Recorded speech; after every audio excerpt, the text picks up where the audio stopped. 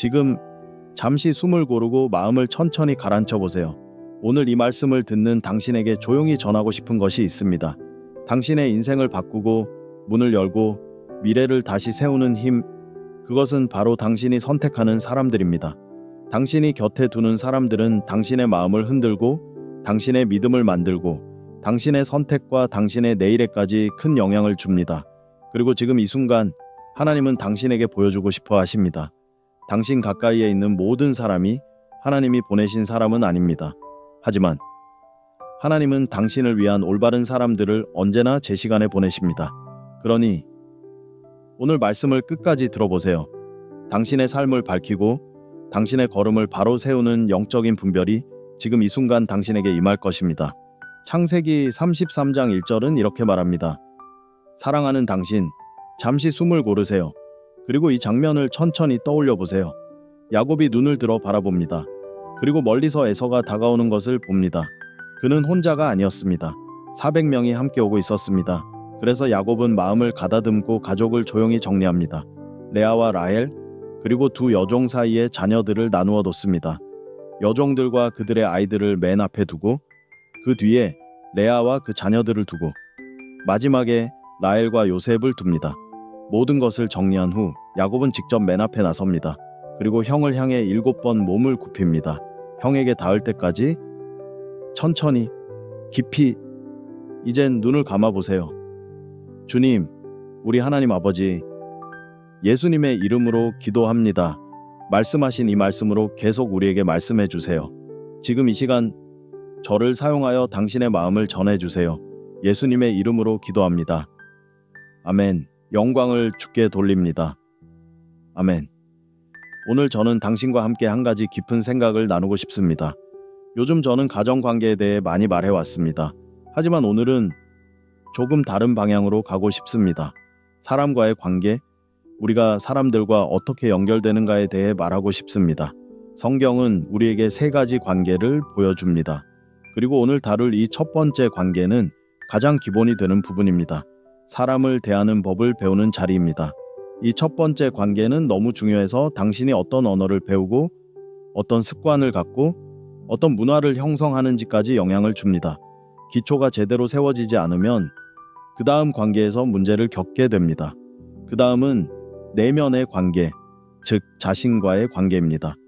감정을 어떻게 다루는지, 다른 사람이 더 많은 자원과 더 큰 영향력을 가진 환경에서 자신을 어떻게 세우는지, 또 결혼 후에 어떤 경계가 필요한지, 친구와의 한계는 어디까지인지, 이 모든 것이 앞으로 살아갈 삶의 기초가 됩니다.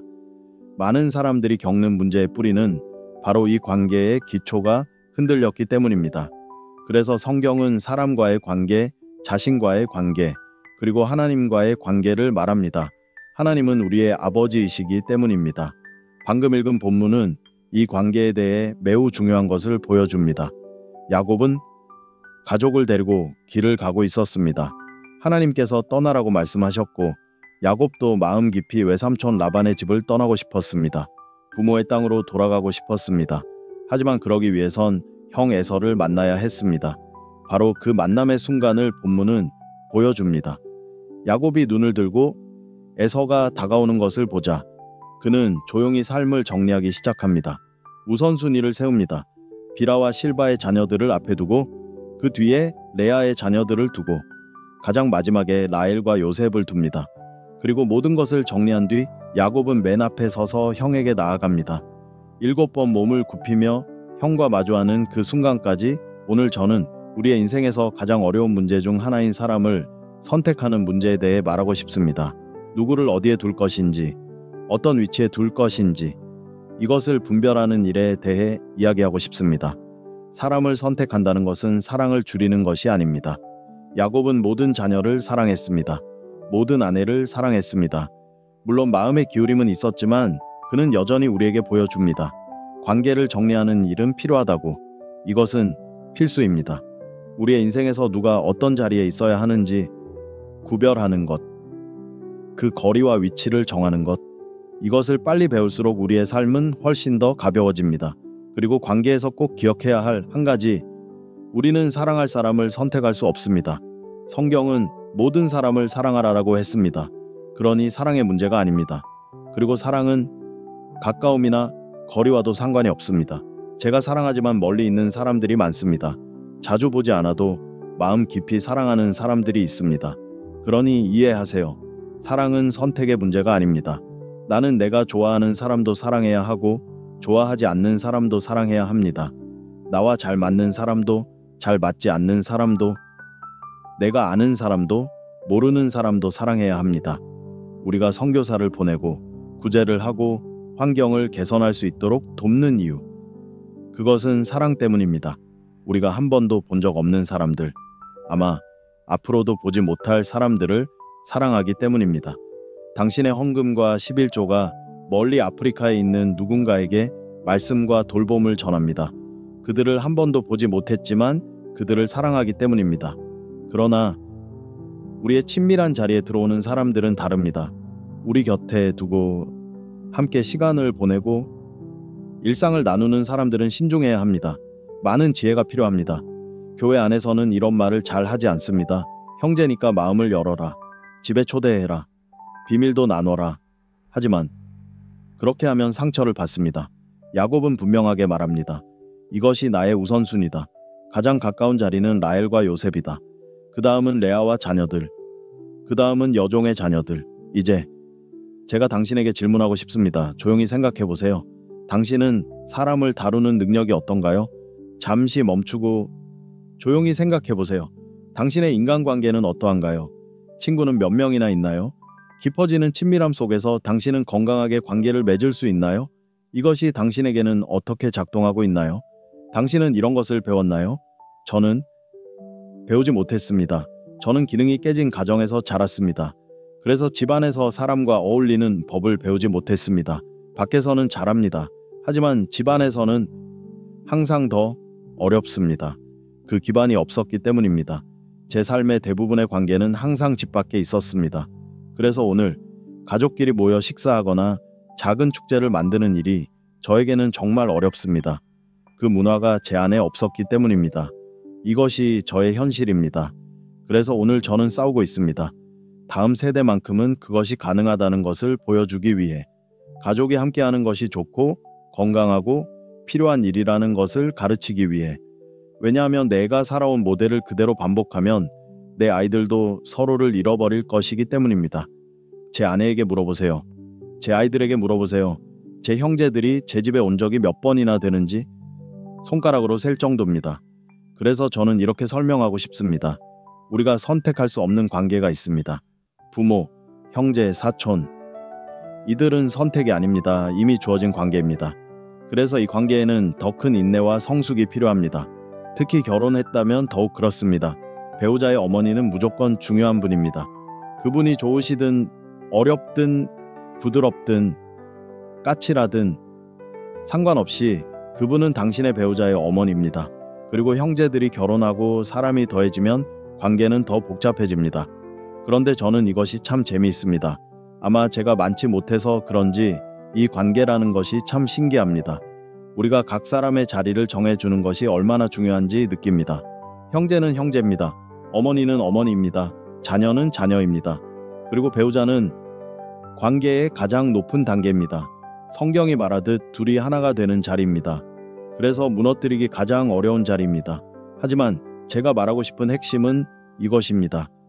우리는 평생 사람을 선택해야 합니다. 우리 삶에 들어오려는 사람들, 우리 곁에 서려는 사람들.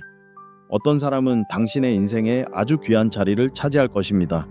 조언자가 되고 진짜 친구가 되고 가족보다 더 깊은 이야기를 나눌 사람도 있습니다. 또 어떤 사람들은 그저 즐거움을 주는 관계일 뿐입니다. 함께 운동하고 바다에 가고 낚시하고 여행하는 사람들. 그들이 떠나도 당신의 삶은 크게 흔들리지 않습니다. 그리고 어떤 사람들은 일 때문에 당신 곁에 머무는 사람들입니다. 이들에게는 기준이 필요합니다. 능력, 성격, 성실함, 분명한 판단이 필요합니다. 그리고 이런 사람들은 떠나보내기도 쉽습니다. 하지만 중요한 질문은 이것입니다. 당신은 관리에 많은 에너지가 필요한 사람들과 계속 관계할 힘이 있나요? 말 한마디에도 흔들리고 인사 하나에도 상처받고 조금만 어긋나도 당신이 먼저 달려가 관계를 붙들어야 하는 사람들, 저는 이제 그런 관계를 유지할 힘이 없습니다. 하지만 그런 사람들은 언제나 존재합니다. 그렇다면 그들은 우리에게서 어느 거리만큼 떨어져 있어야 할까요? 가장 중요한 관계부터 천천히 다시 정리해 봅시다. 자녀. 잠언 22장 6절은 말합니다. 마땅히 갈 길을 아이에게 가르치라. 아이를 길 위에서 가르치는 것입니다. 우리 어릴 적에는 위협이 적었습니다. 거리에서 뛰어놀던 기억이 있죠. 하지만 오늘날 그렇게 하는 부모는 거의 없습니다. 위협은 많아졌고 부모의 존재는 줄어들었습니다. 그리고 아버지와 자녀 사이의 친밀한 우정 관계는 거의 없었습니다. 아버지는 권위였습니다. 저 역시 그렇습니다. 저에게는 아버지라는 존재가 사실상 없었습니다. 우리 집에서는 삼촌이 아버지 같은 존재였고 삼촌에게 말할 거야. 이 말은 저에게 거의 사형 선고 같은 말이었습니다. 그는 저를 한 번도 때린 적이 없었지만 그 한마디가 저를 무너뜨렸습니다. 반면 이모는 일주일치의 잘못을 모아서 금요일마다 저를 혼내셨습니다. 점심 먹고 소화시키고 나서 매주 반복되는 의식처럼. 하지만 그럼에도 불구하고 저는 아버지라는 존재를 한 번도 경험해 본 적이 없습니다. 좋은지 나쁜지조차 모릅니다. 아버지라고 불러본 적이 없습니다. 하지만 하나님은 좋은 사람들을 보내주셨고 그들이 제 인생의 기준이 되었습니다. 그리고 이것을 깨닫습니다. 자녀를 잘 키우고 싶다면 길 위에서 가르쳐야 합니다. 삶을 통해, 본보기를 통해. 아이들은 우리가 하는 것을 보며 자랍니다. 그것이 길입니다. 그래서 아이를 세상으로 보낼 때는 그 길을 가슴에 담아 보내야 합니다. 그리고 많은 경우 가정 안의 여러 문제들은 우리가 부모로 준비되지 못했기 때문에 생겨나는 것입니다. 우리는 배워본 적이 없습니다. 그래서 지금 우리의 가정이 이런 전쟁을 겪는 것입니다. 하지만 결국 우리는 이런 모든 상황에 노출될 수밖에 없습니다. 그래서 많은 주제들이 진짜 금기가 되어버렸습니다. 어떤 곳에서 성싱에 대해 말하면 사람들이 일어나 나갑니다. 남편의 얼굴을 보면 당황해 있고 특히 사춘기 딸과 함께 오면 거의 숨도 못 쉽습니다. 왜냐하면 그는 이 문제를 자녀와 나누는 법을 배운 적이 없기 때문입니다. 하지만 저는 묻습니다. 당신은 자녀를 학교에 보내죠? 스마트폰도 주죠? 그렇다면 학교에서는 특히 요즘 시대에는 성에 대한 이야기가 아주 일찍부터 시작됩니다. 그리고 점점 더 빨라지고 있습니다. 그렇다면 묻습니다. 당신은 자녀에게 무엇을 가르쳤나요? 5살, 6살, 7살, 10살 아이에게 무엇을 전해줬나요? 단계를 앞당기라는 말이 아닙니다. 하지만 이해해야 합니다. 아이들은 집을 떠날 때 기본 정보와 부모와의 열린 소통이 필요합니다. 당신은 그 기준을 줬나요? 밖에서 다른 말을 들었을 때 그 말이 집에서 들은 것과 다르면 아이는 말할 수 있어야 합니다. 아니야, 나는 그렇게 배우지 않았어. 예전엔 이런 대화가 거의 필요 없었습니다. 그 시절엔 다르게 돌아갔습니다. 적어도 저희 집은 이랬습니다. 학교에서 돌아오면 가방 검사가 있었습니다. 빠진 것이 있는지, 내 것이 아닌 것이 있는지 꼭 확인했습니다. 둘 중 하나라도 있으면 저는 맞았습니다. 내 것이 없어도 맞고 내 것이 아닌 것이 있어도 맞았습니다. 그리고 저는 불평하지 않습니다. 제가 말해도 제 이모님은 이미 돌아가셨고 여기 계시지 않기 때문입니다. 그저 그 시절은 그랬습니다. 감시가 아주 철저했습니다. 그런데 그런 면에는 장점도 있었습니다. 그리고 저는 묻습니다. 그때 우리는 교복을 더럽혔지만 마음까지는 그렇게 더럽히지 않았나요? 오늘날 아이들은 교복도 더럽히지만 마음은 훨씬 더 쉽게 더러워집니다. 부모들은 그걸 돌볼 시간이 있나요? 당신의 아이는 어떻게 되고 있나요? 바쁘다는 말, 일이 많다는 말은 여기서는 필요 없습니다. 가정은 짐입니다. 귀한 짐이지만 여전히 무게가 있는 짐입니다. 이해를 돕기 위해 짧은 이야기를 들려드릴게요. 어떤 남자가 고속도로를 달리고 있었습니다. 그런데 갑자기 거북이가 그의 앞 유리에 떨어졌습니다. 유리는 긁히고 남자는 다쳤습니다. 이상한 상황이었죠. 조사해보니 아마도 백로 외가리가 거북이를 잡고 날다가 무게를 이기지 못해 떨어뜨린 것으로 보였습니다. 그 결과 거북이는 떨어졌고 운전자는 다쳤습니다. 이 이야기의 교훈은 간단합니다. 자기가 감당할 수 없는 것을 들면 누군가를 다치게 한다는 것입니다. 그래서 관계에 들어갈 때는 항상 그 무게를 알고 들어가야 합니다. 부부관계는 가장 깊은 관계입니다. 투명함과 솔직함이 필요하고 남편은 아내의 사랑의 요구를 채워야 하고 아내는 성경이 말하는 순종을 올바르게 이해해야 합니다. 이것은 열등함이 아니라 자리입니다. 우리가 어떤 관계를 맺든 그 무게를 감당할 수 있는지 알아야 합니다. 저는 친구가 필요해요. 좋습니다. 가까이 와보세요. 그러면 두 가지를 알게 됩니다. 하나는 제가 가진 장점이 있고 또 하나는 제가 가진 단점도 있습니다. 저와 친구가 되고 싶다면 그걸 견딜 성숙함이 필요합니다. 건강한 관계를 만들려면 천천히 가야 합니다. 단계적으로. 조금씩. 왜냐하면 빠른 친밀함은 빠른 거리감을 낳기 때문입니다. 그래서 우리는 가정에서도 친구 사이에서도 많은 혼란을 봅니다. 그는 제 형이에요. 맞습니다. 혈연은 소중합니다. 귀합니다. 하지만 그가 당신과 친밀할 수 있는 사람인가요? 집에 자주 들여도 되는 사람인가요? 아니면 가끔 만나는 정도가 좋은 사람인가요? 하지만 목사님, 그는 제 형제예요. 제가 함께해야 하지 않나요? 아니요. 반드시 그럴 필요는 없습니다. 죄책감을 가질 필요도 없습니다. 두 사람 사이에 진짜 친밀함이 없다면요? 아, 목사님, 전 동의 못해요. 전 가족과 살아야 한다고 생각해요. 그렇다면 사세요. 그리고 그 대가를 치르세요. 하지만 그러고도 불평하지는 마세요. 형수님이 어렵다고, 아이들이 시끄럽다고, 음식을 다 먹어버린다고 불평하지는 마세요. 이걸 이해하면 삶이 훨씬 가벼워집니다. 목사님, 그럼 당신의 어머니는요? 저는 어머니를 사랑합니다. 하지만 가까이 지내진 않습니다. 한 달에 한두 번 통화만 합니다. 제가 어머니 집에 간 건 거의 1년 전이고 어머니가 제 집에 온 건 3년쯤 된 것 같습니다. 왜냐하면 저는 어머니와 함께 자라지 않았고 친밀함이 없었기 때문입니다. 어머니 집 냉장고도 열어본 적이 없습니다. 어머니라고 부르는 것도 성인이 되고 나서야 배웠습니다. 하지만 사랑합니다. 물질로도 돕고 기도도 합니다. 아주 훌륭한 분입니다. 목사님, 제 어머니와 저는 정말 가까워요. 그렇다면 좋습니다. 그분이 좋은 분이고 당신과 잘 맞고 남편과도 조화가 된다면 가까이 두세요. 제가 말하고 싶은 건 이것입니다. 사람을 제자리에 두는 일은 삶을 가볍게 합니다. 딱 그것뿐입니다. 그리고 이것을 배우면 사람들과의 관계도 훨씬 쉬워집니다. 왜냐하면 사람들은 당신이 자신을 얼마나 존중하는지에 따라 당신을 존중하기 때문입니다. 이것이 진리입니다.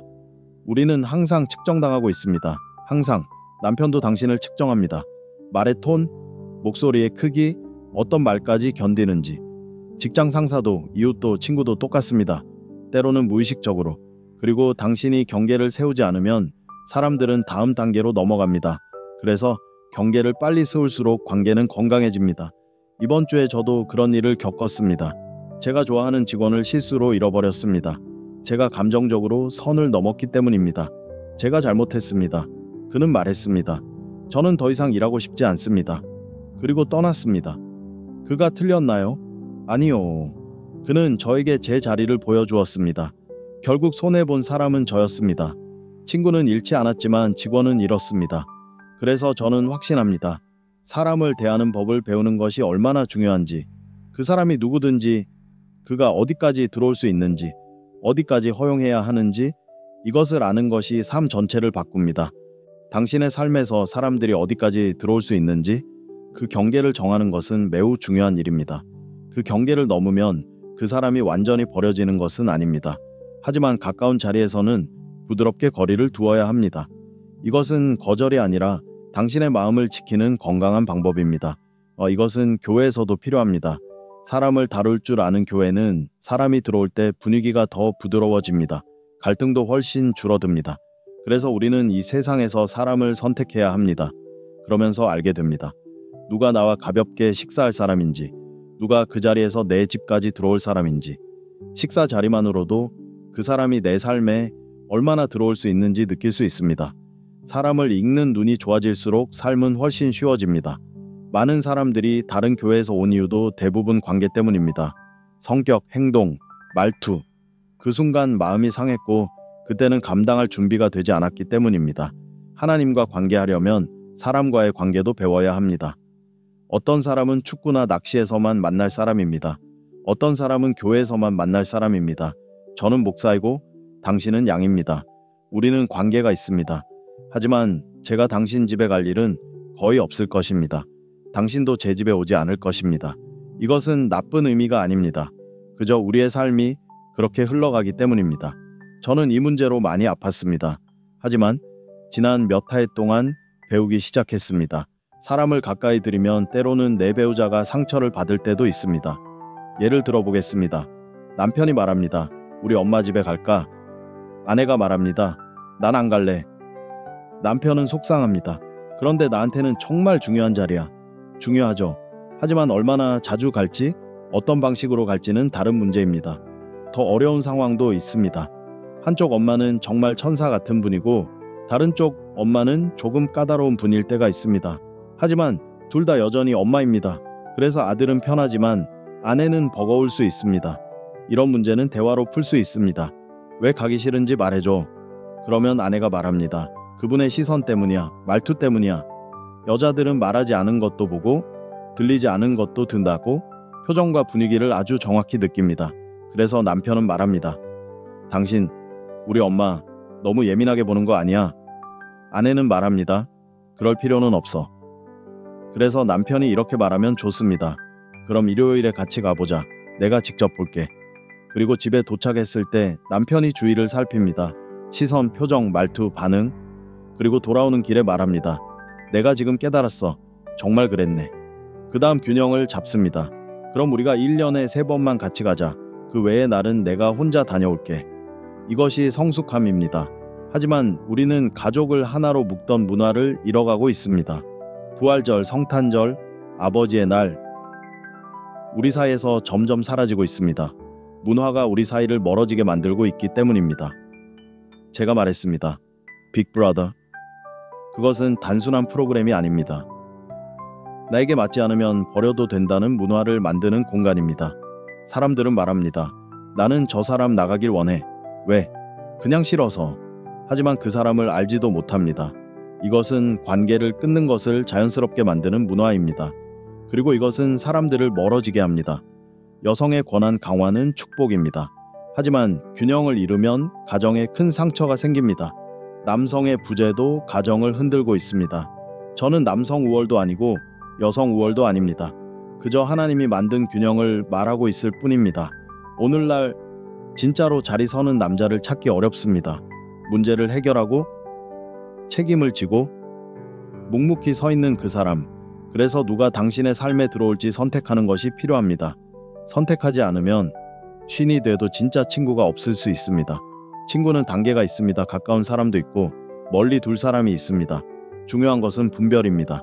예수님을 보세요. 예수님께는 70명이 있었고 12명이 있었고 더 가까운 4명이 있었고 그중 더 깊은 한 사람이 있었습니다. 예수님은 모두를 사랑하셨지만 각 사람을 제자리에 두셨습니다. 교회 안에서도 이것을 배워야 합니다. 결혼을 꿈꾼다면 더더욱 그렇습니다. 결혼은 당신의 삶에 들어올 수 있는 가장 깊은 자리입니다. 그러니 신중히 선택하세요. 그래야 상처가 적습니다. 친구를 가지세요. 그들을 아끼세요. 모두를 사랑하세요. 하지만 우선순위를 이해하세요. 야곱처럼 순서를 세우세요. 첫째는 당신의 결혼, 그 다음은 당신의 자녀, 그리고 당신을 사람답게 해주는 친구들입니다. 당신의 모든 관계를 없애려는 사람과는 함께할 수 없습니다. 당신의 친구를 못 만나게 한다면 그는 당신의 사람이 아닙니다. 당신의 활동과 개성을 막는다면 그녀는 당신의 사람이 아닙니다. 결혼 후 부모님조차 볼 수 없다면 그것은 사랑이 아니라 감금입니다. 이 모든 것을 미리 읽어내는 것이 성숙함입니다. 많은 사람은 결혼 후에야 깨닫습니다. 그리고 아픔이 옵니다. 그러니 경계를 세우세요. 자신을 사랑하세요. 자신을 귀하게 여기세요. 그리고 말하세요. 내 삶에 들어오려면 이 기준을 지켜야 합니다. 내 깊은 자리에 들어오려면 이 과정을 지나야 합니다. 사람들은 도전적일 수 있습니다. 하지만 그들을 통해 성장합니다. 그러나 선택하지 않으면 같은 실수를 반복합니다. 너무 가까워지거나 너무 멀어지거나 극단을 반복합니다. 주님이 당신의 마음을 지켜주시길 바랍니다. 모두를 사랑하세요. 모두를 위해 기도하세요. 하지만 각 사람을 당신의 영혼이 감당할 수 있는 자리로 두세요. 그것이 지혜입니다. 그리고 당신을 사랑하는 길입니다. 주님, 지금 이 말씀을 듣고 있는 사랑하는 이 사람을 위해 기도합니다. 주님, 지금 이 방에 들어와 주세요. 이 마음 속으로 들어와 주세요. 지친 영혼 안으로 부드럽게 들어와 주세요. 주님은 아십니다. 이 사람이 견뎌온 상처들, 말하지 못한 아픔들, 혼자 감당해온 무게들을 지금 만져주세요. 깊은 곳까지, 아무도 닿지 못했던 곳까지, 누가 가까이 있어야 하는지, 누구와 거리를 두어야 하는지 분별할 지혜를 주세요. 사람을 사랑하되 상처받지 않도록 지혜를 주세요. 필요할 때 아니오라고 말할 수 있는 용기를 주세요. 주님, 치유해 주세요. 깨진 관계를 치유하시고 오래된 기억을 치유하시고 마음 깊은 곳의 거절감도 치유해 주세요. 지금 성령님, 평안을 부어주세요. 생기를 부어주세요. 새 힘을 부어주세요. 주님, 이 사람을 안아주세요. 혼자가 아니라고. 주님이 함께 하신다고. 조용히 느끼게 해주세요. 지켜주시고 세워주시고 강하게 하시고 붙들어주세요. 예수님의 이름으로. 아멘. 곧 이 채널에서 또 다른 은혜로운 말씀으로 만나게 될 거예요.